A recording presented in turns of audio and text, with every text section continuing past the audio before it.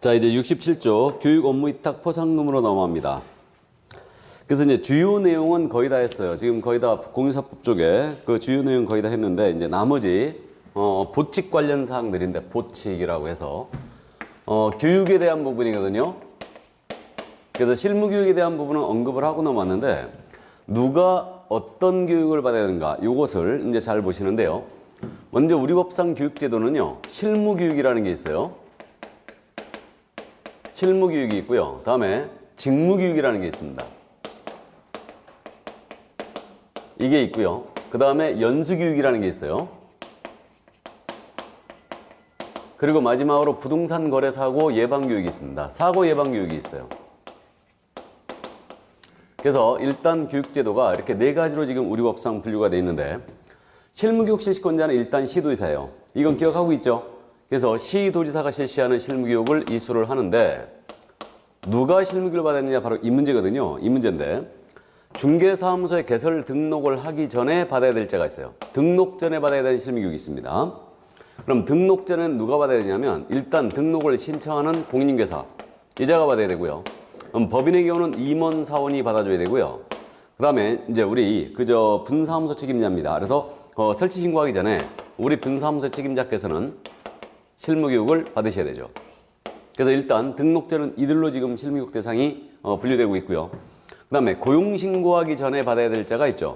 그래서 고용신고하기 전에 받아야 될 자는 우리 소속공사예요. 그래서 소속공사가 실무교육 대상이죠. 그래서 등록 전에 받아야 되는 실무교육 이게 있고요. 그 다음에 이제 고용되기 전에 받아야 되는 실무교육으로 나뉘고 있습니다. 이거. 그럼 실무교육은 언제까지 받아야 되냐? 등록 전, 고용되기 전 1년 내 먼저 받으셔야 됩니다. 다만 중개업일 폐업 신고한 다음에 1년 내 재등록하잖아요. 그 다음에 소공사로서 재직하다가 1년 내 다시 고용되잖아요. 그럼 1년 내 다시 재고용되거나 재등록한다. 이때는 받을 필요가 없어요. 그래서 일단은 등록 전, 고용 전 1년 내 이수하는데 폐업 신고 1년 내 다시 등록 시에는 받을 필요가 없다. 이렇게 돼 있고요. 이 실무교육의 내용은 일단 법률 지식을 기르고 중개 및 경영 실무라든가 직업윤리를 내용으로 하고 있습니다. 현재 시간은 법정 시간이 28시간 이상 32시간 이하로 현재 하고 있죠. 현재 그래서 4일 교육을 하고 있다고 했어요. 그래서 7시간씩 28시간을 교육을 하고 있습니다. 그래서 우리 수도권 지역은 지금 현재 온라인 교육 하루, 그 다음에 나머지 집합교육을 3일 하고 있어요. 이게. 자, 그래서 현재 실무교육은 이거다. 그래서 시도지사가 실시하는 실무교육을 이들이 이수한다. 이 점 감 잡아두고요. 직무교육이거든요. 직무교육 역시 권한은 일단 시도지사에게 있는데 직무교육은 등록관청도 실시할 수 있어요. 그래서 직무교육은 등록관청도 실시할 수 있습니다. 요 점이 특이해요. 등록관청이 들어간다는 점. 요 점을 일단 이해 주시고 그럼 직무교육 대상은 누구냐 하면요. 이들이 실시하는 직무를 이수하는데 누가 이수를 해줘야 되냐면 중개보조원이에요. 그래서 중개보조원은 직무교육을 받으셔야 됩니다. 언제까지 받아야 되냐면 고용되기 전 1년 내 이수해야 됩니다. 그럼 소공은 고용 전에 뭐 받아야 된다고요? 실무교육. 중개보조원은 직무교육이에요. 그래서 중개보조원 직무교육을 이수해야 됩니다. 그럼 직무교육의 내용은 이건 직업윤리만을 내용으로 하고 있습니다. 단순한 보조하기 때문에 직업윤리만을 교육 내용으로 일단 하고 있고요. 교육 시간은 반나절이에요. 3시간 이상 4시간 이하로 돼 있죠. 교육비는 현재 5만 원입니다. 직무교육은. 그래서 일단은 3, 4시간 가서 반나절 갖고 가서 교육을 받고 오는 거예요. 이게. 그래서 이게 중개보조원에 대한 직무교육입니다. 이거. 자, 그 다음 이제 연수교육이거든요. 연수교육이란 말은 이거는 보수교육의 성격이 있어요. 우리가 건물이 부서지면은 수리하지 않습니까? 그렇듯이 연수교육은 보수교육적 성격이 있는 거예요. 그래서 법이나 제도가 바뀌더라 이거예요. 이 바뀐 내용을 교육을 해주는 겁니다. 이게 바로 연수교육이다. 그래서 연수교육 실시권자는 역시 시도지사예요. 시도지사고 요 시도지사가 실시하는 연수교육을 이수를 해줘야 되는데 누가 연수교육 대상이냐면요. 우리 개업공인중개사 있죠. 개업공사 연수교육 받으셔야 되고요. 소속공인중개사도 연수교육 대상입니다. 그럼 연수교육은 개공과 소공이 일단 대상이 되고 있고 이들은 언제까지 연수교육을 받아줘야 되냐면 이거 매 2년마다 받아야 돼요. 실무교육을 받은 후 2년마다 연수교육을 받은 후 매 2년마다 이수를 한다. 그러니까 주기적으로 실시되는 교육이에요. 그래서 개공과 소공은 매 2년마다 시 도지사가 실시하는 연수교육을 이수해야 됩니다. 그래서 연수교육은 그 내용을 법 제도의 변경사항이라든가 중개 및 경영 실무, 직업윤리를 내용으로 일단 하고 있고요. 시간은 지금 현재 12시간 이상 16시간 이하로 하고 있죠. 현재 그래서 지금 현재 약 14시간 정도 이틀 가서 교육받고 와야 돼요. 그래서 이게 바로 연수교육입니다. 이게. 그래서 매 2년마다 이수한다. 그럼 연수교육은요, 이거 2년마다 받아야 되니까 2년이라는 시간은 상당히 길지 않습니까? 그러니까 연수교육을 실시하고자 할 때는 시도지사는 연수교육 대상자에게 통지해 주거든요. 통지해 주는데 이거는 몇 개월 전까지 해주게 되냐면 2개월 전이에요. 그래서 연수교육 2년이 되기 2개월 전까지 통지를 해주게 돼 있습니다.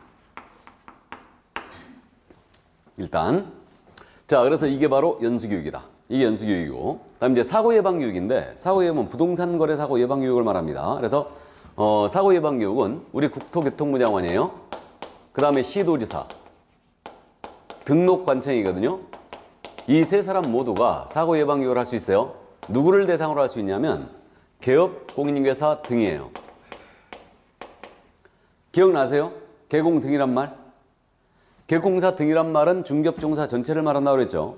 그래서 국장시도지사 등록관청은요, 중개업종사 전체에 대하여 사고 예방 교육을 할 수 있어요. 필요한 경우에. 그래서 지금 실무교육이든 직무교육이든 연수교육이든 모두 필수성을 띠고 있거든요. 이게. 근데요, 사고 예방 교육은 할 수 있다로 돼 있네요. 이렇게. 그래서 이건 의무적 교육이 되고 있는 거예요, 지금. 이게 할 수 있다다. 그럼 사고 예방 교육을 국토부 장관이나 시도지사 등록관청이 하고자 하잖아요. 그러면 하고자 할 때는 이때는 대상자에게 미리 통지해 줘야 됩니다. 그 통지는 11년까지 해주면 돼요. 그래서 사고 예방 교육 통지 또는 공고해도 되는데 그건 10일 전까지 통지해 주게 돼 있죠. 연수교육 통지는 언제까지 하라고요? 2달 전까지. 근데 사고 예방 교육 통지는 10일 전까지만 해주면 돼요. 그래서 부동산 거래 사고 예방을 위한 그런 교육을 이들이 개공 등에 대하여 할 수 있다. 그래서 개공 등이란 말이 이제 마지막 등장한 거예요, 지금. 마지막. 자, 그러면 이제 교육에 대한 부분, 이 정도. 누가 어떤 교육을 받아야 되는지 눈여겨봐야 되는데, 중개보조는 오직 지금 현재 직무교육 대상이 되고 있죠. 물론 등록관청은 중개보조를 대상으로 사고예방교육을 할 수 있어요. 근데 중개보조는 직무교육을, 소속공사는 실무교육을, 그다음에 이제 연수교육은 개공과 소공이 이제 연수교육 대상이 되고 있는 겁니다. 일단. 자, 그럼 그 정도 감을 잡아두시고, 그 다음에 이제 그 교육 지침이란 말이 68쪽에 나와 있잖아요. 그럼 교육은 기본적으로 지금 시도의사의 권한이에요. 그래서 우리 국토부 장관입니다. 그래서 우리 국토부 장관은 교육 지침을 마련하여 시행할 수 있거든요.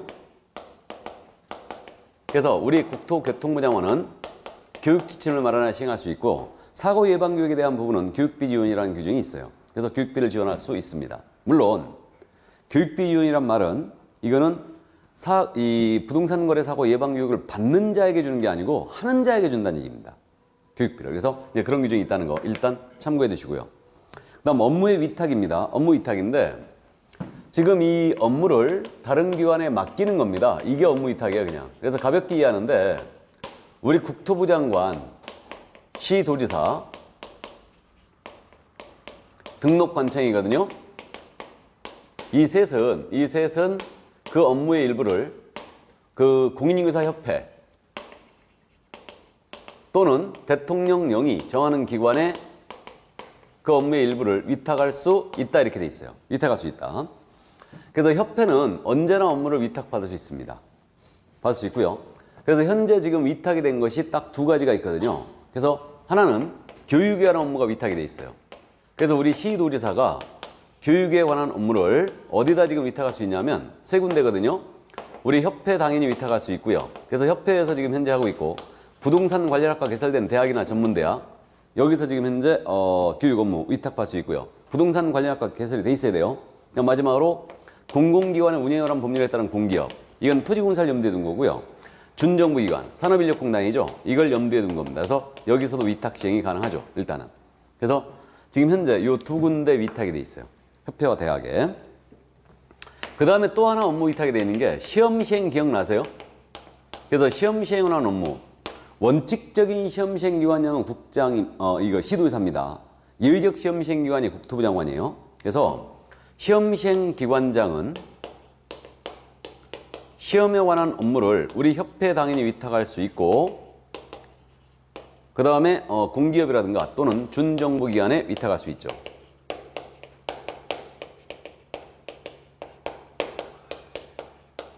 그래서 대학은 당연히 시험은 위탁할 수 없어요. 교육은 위탁할 수 있는데. 그래서 이 두 가지가 지금 현재 업무 위탁이 되어 있다는 거 참고만 해두시기 바랍니다. 이 정도. 자, 그럼 업무 위탁에 대한 내용을 이제 다 봤고요. 포상금 제도로 넘어가죠. 포상금.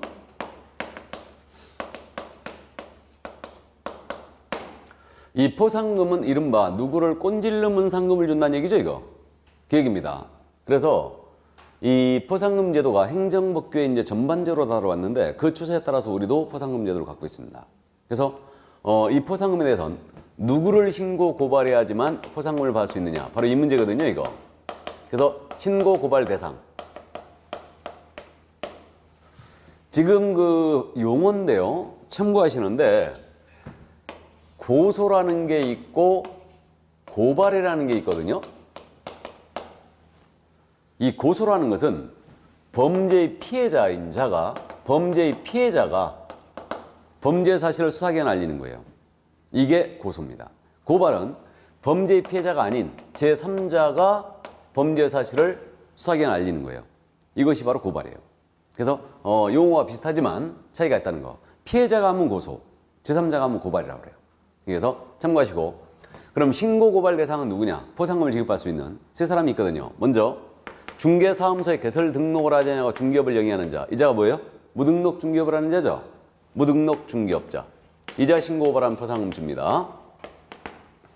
그 다음에 거짓, 그 밖에 부정한 방법으로 등록한 자. 이 자가 부정 등록자예요. 야를 신고해도 포상금 줍니다. 그래서 자격증을 위조하여 등록했거나 공무원에게 부정한 청탁을 하여 등록한 자예요. 그래서 이자 신고는 포상금 주고요. 그 다음에 등록증이나 자격증입니다. 이걸 증이라고 제가 부르고 있는데 등록증이나 자격증을 양도 대여를 한 자, 양수 대여를 받은 자. 이 셋이에요. 그래서 포상금이 지급되는 신고고발 대상은 이 세 사람입니다. 그래서 이들에 대하여 행정기관이나 수사기관에 발각되기 전까지 신고고발을 해줘야 돼요. 당연한 얘기예요. 그래서 등록관청에 신고고발해도 되고요. 수사기관에 신고고발해도 돼요. 그럼 수사기관이라 하면은 검찰청이나 경찰청을 말하죠.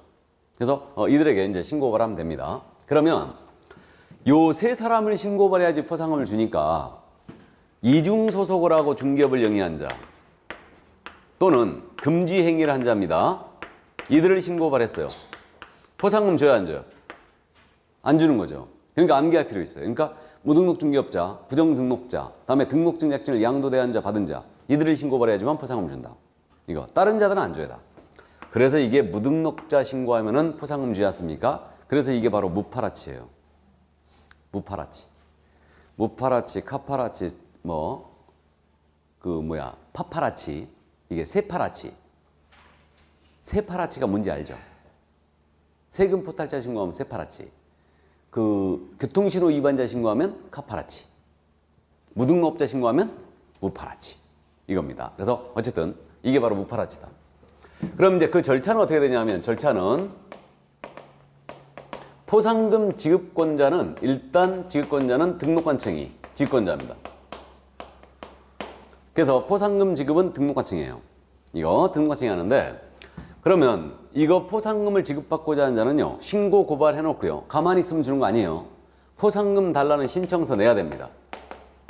그럼 포상금 지급 신청서를 어디다 내야 되겠어요? 당연히 등록관청에 내야 돼요. 그러니까 신고 고발은 수사기관에 할 수도 있거든요. 검찰청이나 경찰청에. 하지만 포상금 달라는 신청서는 등록관청에 내줘야 됩니다. 등록관청에 내줘야 되고 그 다음에 이제 포상금 지급 신청서 제출을 받았어요. 등록관청이. 그러면 수사기관의 처분 내용을 여기서 조회하죠. 조회하는데 이 조회 결과가 어떻게 나와야 되냐면 우리 검사가 공소를 제기하거나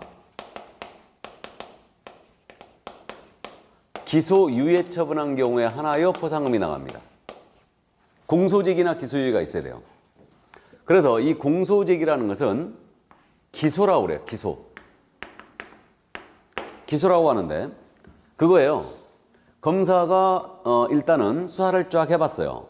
해봤더니 이자가 반성의 기미도 없습니다. 무등록자 분명해요. 증거도 명백합니다.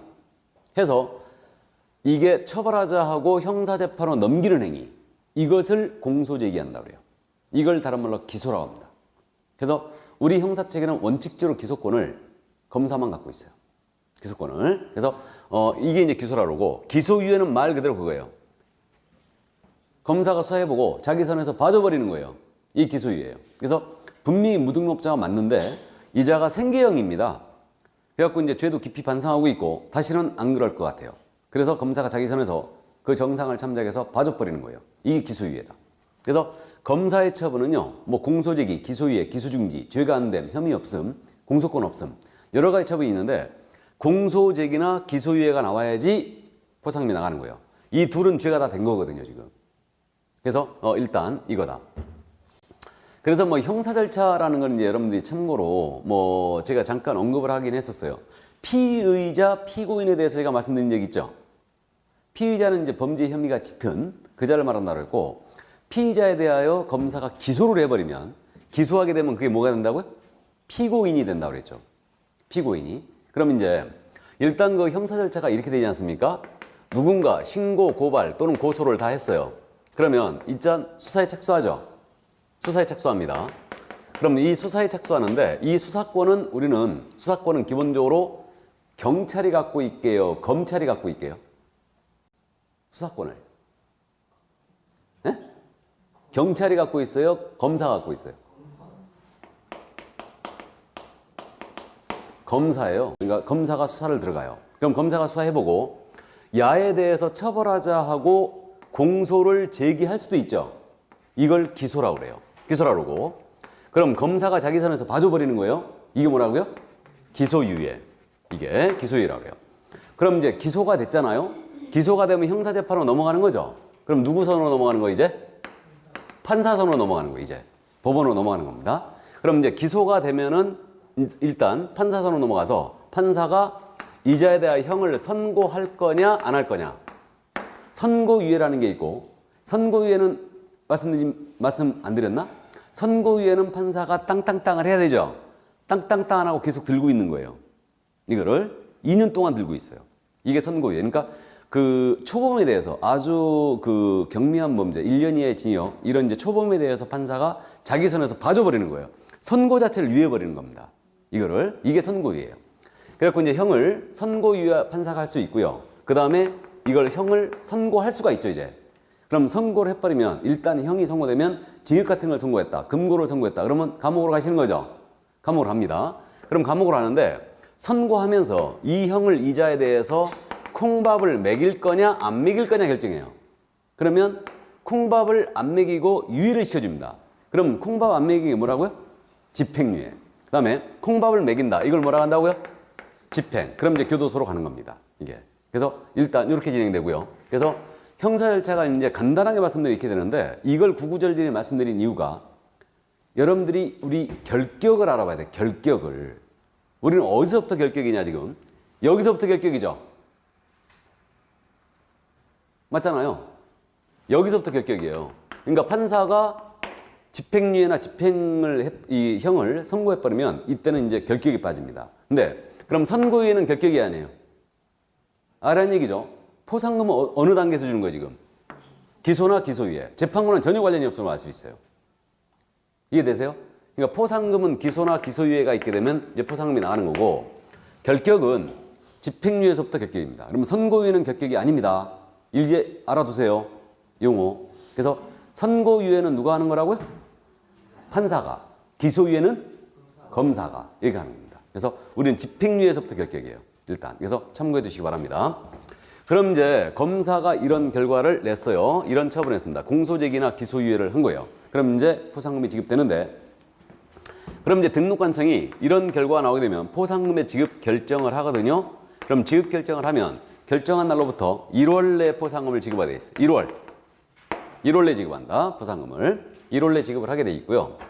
그 다음에 이제 포상금은 그럼 건당 얼마를 주느냐? 건당 50만 원이에요. 건당 50만 원. 그 그래서 용돈이 궁금하신 분은 아르바이트로 무등록업자나 양도대환자를 찾아나시면 됩니다. 이게 그래서 건당 50만 원이고 이 금액은 국고에서 국고에서 보조할 수 있어요. 그래서 이제 국고라는 것은 나라죠. 나라에서 보조할 수 있습니다. 그래서 건당 50만 원이다. 이렇게 돼 있고 그럼 하나의 사건에 대하여 2건 이상의 신고 고발이 접수됐거든요. 누구한테 줘야 되겠어요? 최초. 먼저 한 자에게 줘야 되죠. 그러니까 최초로 신고 고발한 자에게 포상금을 지급하게 돼 있고요. 하나의 사건에 대하여 2인 이상이 공동으로 신고 고발할 수도 있거든요. 그럼 이때는 나눠줍니다. 균분 지급해요. 이때 다만 포상금 지급하는 약정을 했다. 그들이 뭐 A, B가 공동 신고했는데 A는 50만 원, A는 40만 원, B는 10만 원만 받기로 했다. 그러면 이제 약정된 대로 지급해줘요. 약정이 없으면 균분 지급을 해줍니다. 그래서 일단 이 정도. 이게 바로 포상금이었어요. 이게. 이거 가지고 작년에 또 계산 문제를 냈다는 거 아닙니까? 포상금 계산 문제.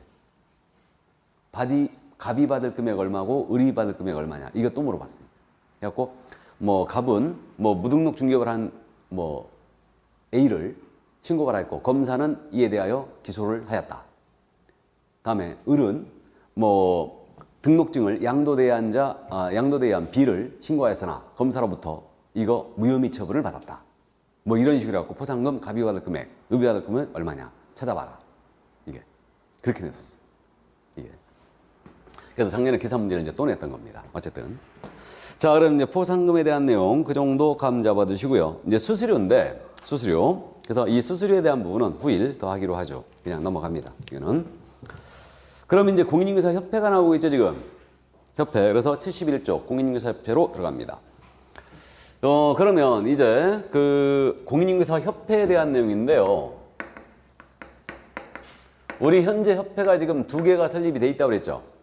2개 설립돼 있어요. 그래서 한국공인인증서협회가 있고 세대한 공인인증서협회가 있습니다. 실질적으로 세대한 공인인증서협회는 유명무실하고요. 그래서 실질적으로 이제 협회가 설립은 돼 있지만 그 활동을 회원이 그렇게 많지 않기 때문에 그 정상적인 활동을 잘 못하고 있고요. 그 다음에 이제 한국공인인증서협회가 이제 대규모 단체죠. 그러니까 거기에 가입이 대다수 돼 있죠. 그래서 어쨌든 이 협회 2개가 현재 존재한다.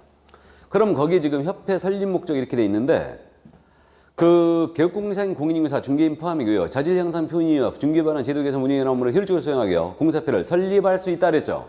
그럼 현행법상 협회에 대한 제도거든요. 협회는 설립할 수 있다라고 돼 있으니까 강제 설립주의가 아닌 임의 설립주의를 취하고 있는 거죠. 임의 설립주의예요.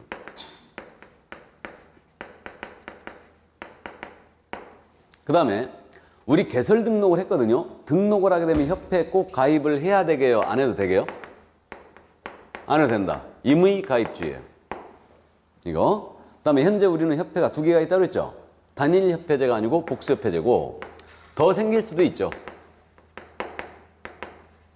그래서 일단 임의 설립주의, 임의 가입주의, 이제 복수협회제라고 하고 있어요. 협회는요. 하나만 있는 게 좋아요? 여러 개 있는 게 좋아요? 여러 개? 이건 다다익선 아닙니다. 협회는 하나만 있는 게 좋죠. 어차피 개업공사 이익을 대변하는 단체예요. 그러니까 하나만 있는 게 좋아요. 한 목소리 내는 게 좋습니다. 그래야 단일된 힘을 발휘할 수 있어요. 이게. 그래서 이게 임의 설립에 대한 반대말은 강제 설립이거든요. 임의 가입에 대한 반대말은 강제 가입이거든요. 복수협회에 대한 반대말은 단일협회제거든요. 원래 우리 협회가 강제 설립에 강제 가입의 단일협회제였어요. 원래. 근데 이걸 갖다가 규제 완화한다 치고 2007년도에 이걸 갖다가 2007년도가 아니고 1999년도 개정인가요? 그때 개정할 때 이걸 갖다가 임의 설립에 임의 가입에 복수협회제로 바꿔버렸어요. 근데 사실 이거는 정치적 계산이 깔려 있었죠. 왜 그러냐면 권력을 가진 자 입장에서는 단일 단체가 규모가 너무 크면은 통제가 안 되는 거예요. 그러니까 전국 교직원 노동조합, 전국 공무원 노동조합을 인정 안 하는 거예요. 단체가 엄청나게 크거든, 그거는. 이게. 우리 변호사협회 있죠? 변호사협회나 법무사협회는 강제설립에 강제가입에 단일협회제 다. 그러니까 힘이 강력한 거죠. 우리는 현재 회원 지금 전체 개공이 전국적으로 94,000명이에요. 그럼 94,000명이란 이 개공이 모두 의무적 가입을 한다고 생각해봐요.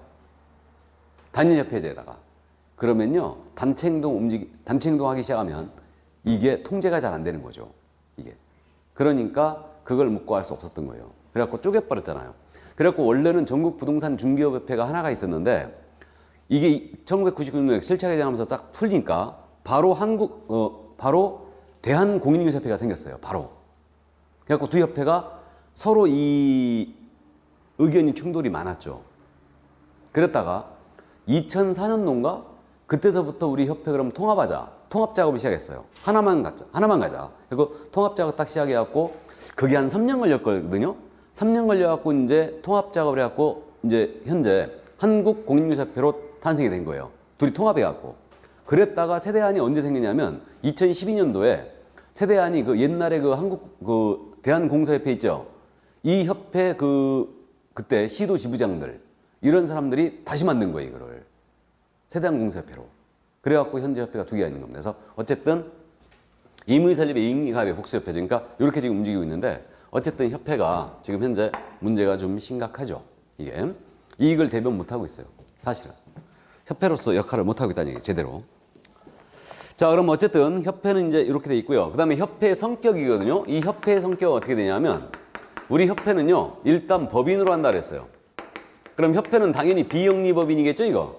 비영리법인이고 사람이 일정한 목적을 위하여 모인 단체, 이것을 사단법인이라고 그러죠.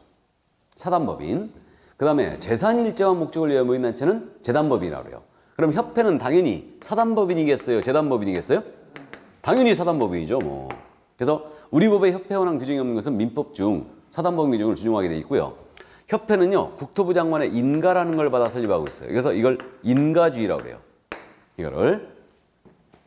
그래서 이거 말이에요. 법인 설립할 때는 뭐 준칙주의, 허가주의, 특허주의, 인가주의 뭐 여러 가지 주의가 있는데 요 인가라는 것은 협회 설립 요건을 그대로 맞췄잖아요. 그럼 반드시 국토부 장관이 재량권 행사 못해요. 그래서 법률이 정하는 요건을 그대로 맞춰놨을 때 반드시 인가라는 걸 해줘야 되는데 이게 바로 인가. 그러니까 재량권이 없는 행위다. 이 정도만 이해하라는 얘기예요. 이게. 그래서 협회는 현재 이렇게 돼 있고요. 그럼 협회 설립의 절차는 어떻게 되느냐? 협회 설립의 절차는 일단 협회는 법인입니다. 그럼 설립준비위원들이 모여야 되겠죠? 설립준비위원들을 뭐라고 하냐면 발기인이라고 그래요. 발기인. 그래서 이제 그 개공사들이 이제 발기인이 되는 거죠. 발기인이 일단 구성이 돼서 이들이 모여가지고 정관이라는 걸 작성해요.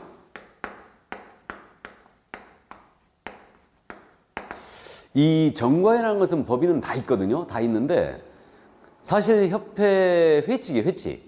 그러니까 정관이라는 개념은 기본이 되는 준칙 이렇게 얘기하는데 그래서 그 법인의 기본이 되는 준칙 그러니까 회칙입니다. 회칙.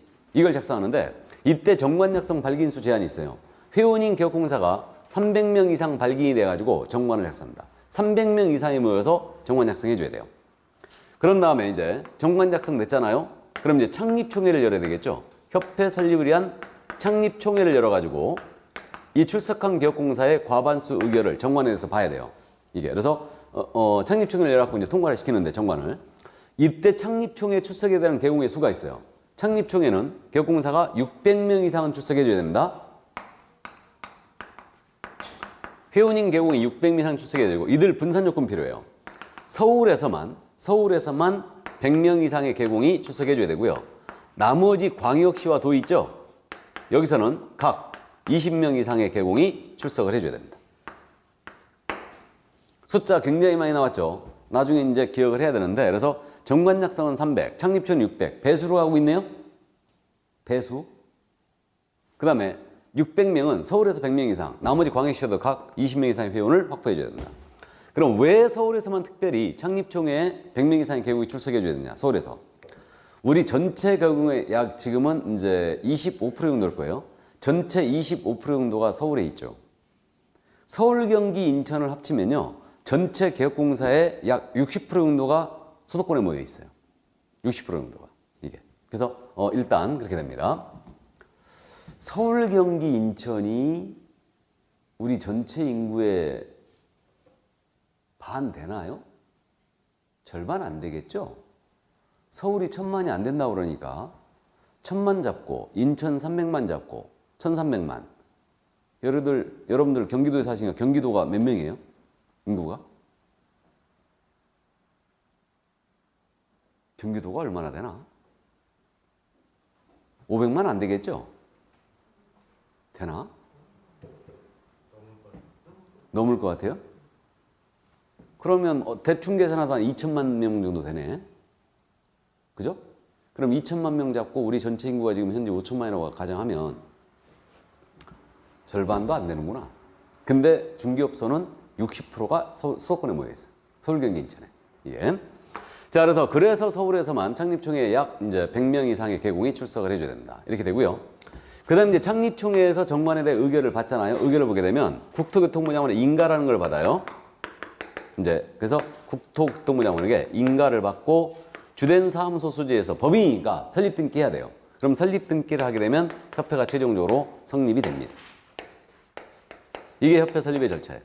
일단 자, 그래서 이 정도 이해되시고 협회에 대한 조직이거든요. 협회의 조직인데 일단 협회의 조직은요. 먼저 협회 조직은 주된 사무소가 있겠죠. 법인이니까. 이게 본점이라고 그랬어요. 협회 주된 사무소가 있고요. 그 다음에 지부라는 게 있고 지회라는 게 있어요. 그래서 주된 사무소는 서울특별시에 둔다는 전에 규정이 있었거든요. 근데 이 규정을 삭제했어요. 그래서 주된 사무소는 반드시 법인이니까 있어야 되고요. 지부는 시나 도에, 지회는 시군 구에 둘 수 있다라고 돼 있어요. 그러면 지부지회를 협회가 꼭 둬야 되는 거 아니라는 얘기죠? 임의조직이에요.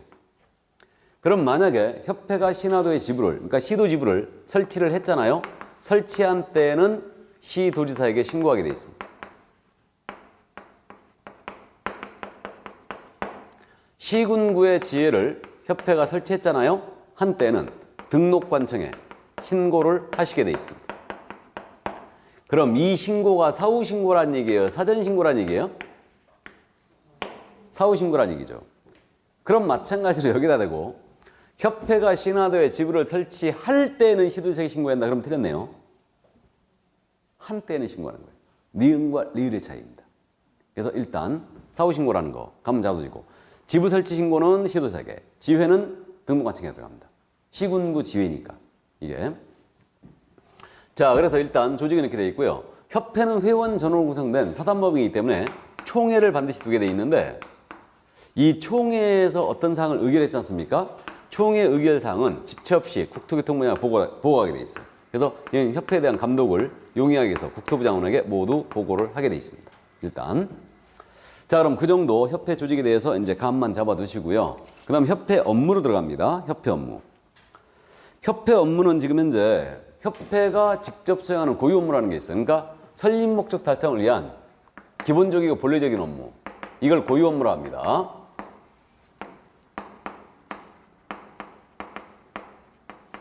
그 다음에 협회가 다른 기관한테 위탁받아 수행하는 업무가 있어요. 그래서 이걸 수탁 업무라고 그래요. 그럼 고유 업무에 해당하는 게 협회, 중개제도의 연구 개선 업무, 개업공사의 품위 유지라는 업무, 그다음에 윤리현장 재정 및 실천 업무, 회원에 대한 지도교육 연수 업무, 이런 것들. 그다음에 협회가 현재 기억나세요? 부동산 거래종목 할 때 지금 그 K렌 운영하고 있다고 그랬죠? 한방 부동산 거래종목. 그래서 운영하고 있는데, 그래서 K렌 그거 운영하고 있거든요. 그러니까 부동산 정보 제공 사업, 고유 업무입니다. 그다음에 협회가 개업공사의 손해배상 책임을 보장하는 사업 하고 있다고 그랬죠? 이게 뭐라고요? 공제 사업이죠. 그 밖에 설립 목적 달성에 필요한 업무를 다 할 수 있습니다. 그래서 이런 게 이제 고유 업무고, 수탁 업무는요, 다른 기관한테 위탁받아 수행하는 업무니까 당연히 교육 업무를 현재 위탁받아 수행을 하고 있고요. 여기서 그 다음에 시험 시행은 위탁이 안 돼 있지만 시험 시행 업무도 위탁받을 수는 있겠죠. 그래서 일단 이런 업무가 바로 수탁 업무예요. 그래서 이렇게 돼 있고, 그러니까 협회 업무는 고유 업무냐 수탁 업무냐 이렇게 지금 구분되어 있고 수탁 업무를 보면은 나머지는 다 고유 업무라는 얘기예요. 일단 이때요. 이 공제사업 있지 않습니까? 공제사업에 대한 내용을 우리는 별도로 또 이해를 해 두셔야 돼요. 이거는 돈이 왔다리가 돼야 하고 그렇기 때문에 이 공제사업에 대해서는 별도의 이제 정리가 돼 있죠. 지금 공제사업에 대해서는. 그래서 이거는 개업공사의 손해배상 책임을 보장하는 사업이에요. 그래서 원래 공제라는 게 뭐 농협공제, 수협공제, 우체국공제 막 여러 가지가 있는데 이런 공제라는 개념 자체는 그거 아니에요? 회원 간의 상호 부조를 목적으로 하는 그러한 의미가 들어가 있어요. 공제라는 게. 그렇게 돼 있고요. 그래서 이 협회는요. 공제 사업을 꼭 해야 되느냐? 안 해도 됩니다. 임의 사업이에요. 그래서 임의 사업이고 우리 한국공사협회는 현재 이걸 하고 있습니다. 임의 사업이고요. 이거는 비영리 사업입니다. 비영리 사업으로서 회원 간의 상호 부조를 목적으로 하는 사업이에요. 그러니까 협회의 고유 업무에 속합니다. 근데 반드시 해야 되는 건 아니에요. 일단. 그래서 이 정도고 이 협회가 공제 사업을 해야 않습니까? 그럼 공제규정이라는 게 있죠. 그래서 공제규정을 제정하여 일단 승인을 받게 돼 있어요. 이게 협회 공제 회칙이에요. 누구 승인사항일 것 같아요, 이거? 국토부 장관 승인사항이죠. 공제규정이 여러분들 보험약관, 보험가입하면 이거 받아봤죠? 그렇듯이 공제약관이에요, 이게. 이걸 우리는 공제규정이라고 부르는 겁니다. 그래서 이거를 제정하여 국토부 장관에게 승인을 먼저 받아야 되고 공제사업 하잖아요. 책임준비금이라는 게 있거든요. 이런 것도 이제 정립을 해줘야 돼요. 이 책임준비금은 뭐냐면 중개사고 났을 때 바로 지급할 수 있도록 공제료 수입액 중에 일정 금액을 보유하라는 얘기예요. 다 써버리지 말고. 이거는 공제료 수입액의 10% 이상을 적립을 하게 돼 있어요. 이게. 그래서 책임준비금은 중개사고 났을 때 바로 지급할 수 있도록 공제료 수입액 중에 일정액을 보유하라 이 얘기예요. 지금 간단하게 지금 말씀드려보면요. 전체 개공이 약 9만 4천 명 정도 난다고 하는데 만약에 이 중에 5만 명 정도가 공제에 가입했다고 가정해봐요. 1억씩. 그럼 연간 내야 되는 돈이 얼마라고요? 19만 8천 원. 그럼 그걸 내야 되는데 그럼 대충 20만 원 잡고 그럼 1인당 5만 명 회원인자가 20만 원씩 낸 거예요. 연간 수입액이 얼마예요? 공제료 수입액이.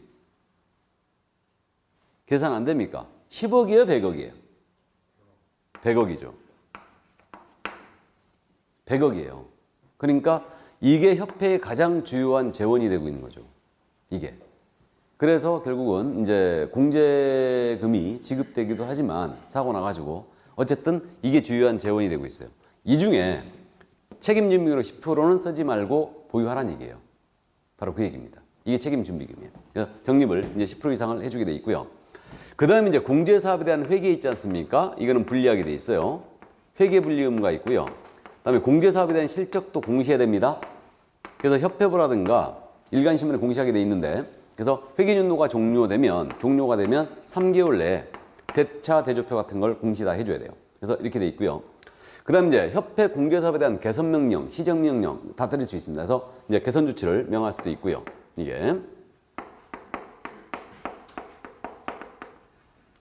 그 다음에 뭐 임원에 대한 징계 해임 요구, 임원에 대한 징계 해임 요구도 할 수 있고 시정도 명할 수 있어요. 그 다음에 공제사업에 대한 조사 또는 검사도 할 수 있습니다.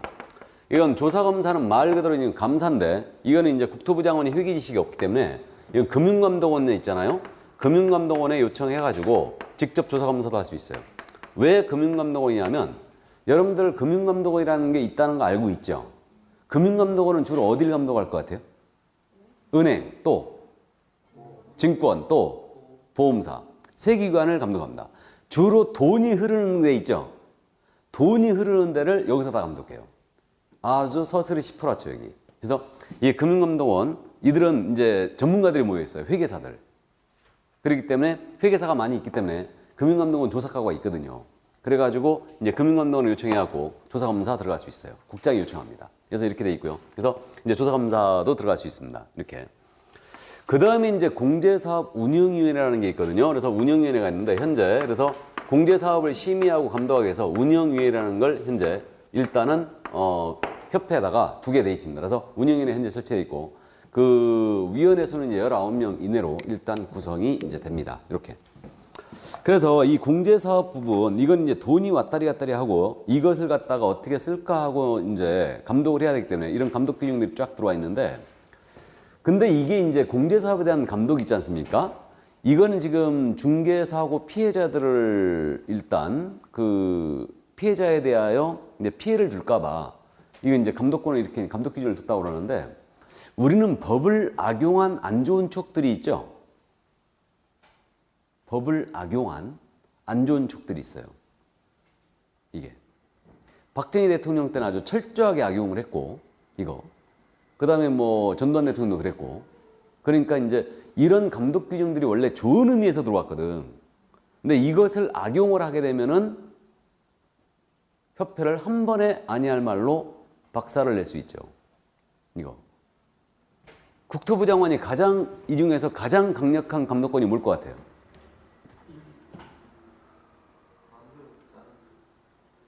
뭐 징계 해임 요구도 있겠지만 조사검사권이죠, 이거. 그러니까 협회가 예를 들어서 중개보수 반발을 해가지고 전체 파업을 들어간다. 그러면 금융감독원을 요청해갖고, 야, 협회 한번 뒤져봐. 그럼 죽었지. 다 죽었지. 털면 안 나오겠어요? 무조건 나오지 뭐, 이거. 그래서 어쨌든 그런 안 좋은 추억이 있기 때문에 결국은 이런 것들이 이제 위험한 규정이라는 거죠. 협회의 자율성을 엄청 해칠 수 있는 규정이에요. 그래갖고 우리 실제로 반값 중개보수 시청 앞에서 모이기로 했잖아요. 다음날 취소했잖아요. 다음날 취소했어요. 그래, 네 맘대로 해. 나도 내 맘대로 할게. 그러지 않겠어요? 이게. 그러니까 이게 참 이 협회가 무용지물입니다. 그러니까 회비도 우리도 안 내고 있지만 어차피 이게 앞장서지를 못하는 거예요. 그래갖고 이제 협회장을 차라리 국토부 장관 했던 사람으로 데려와야 돼. 농담 아니에요.